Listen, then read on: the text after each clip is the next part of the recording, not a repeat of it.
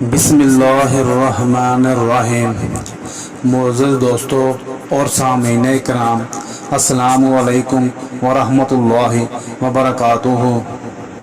ناظرین کرام، آج کل کے اس مشکل دور میں اور اتنے کٹھن حالات میں سفید پوش آدمی کا جینا دوبر ہو چکا ہے، تو آئیے آپ کو نبی پاک صلی اللہ علیہ وسلم کا بتایا ہوا ایک چھوٹا سا عمل، چھوٹا سا وظیفہ، آپ اس پر عمل کریں، دیکھیں انشاءاللہ اللہ تعالیٰ آپ کے رزق میں اتنا اضافہ کرے گا کہ آپ خوش ہو جائیں گے۔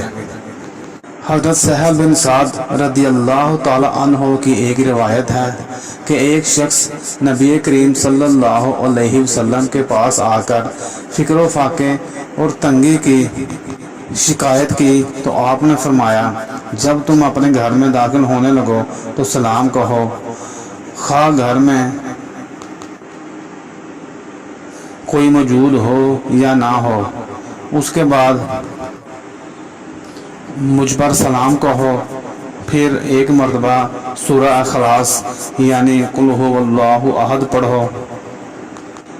چنانچہ اس شخص نے ایسا ہی کیا تو اللہ تعالیٰ نے اس کے رزق میں اتنی فراوانی کر دی کہ اس کے رشتہ دار اور پڑوسیوں کو بھی اللہ تعالیٰ نے فیض یاب کر دیا۔ ناظرین کرام، کوئی بھی وظیفہ یا عمل کرنے سے پہلے آپ کو اللہ تعالیٰ پر مکمل یقین اور توکل کرنا پڑے گا۔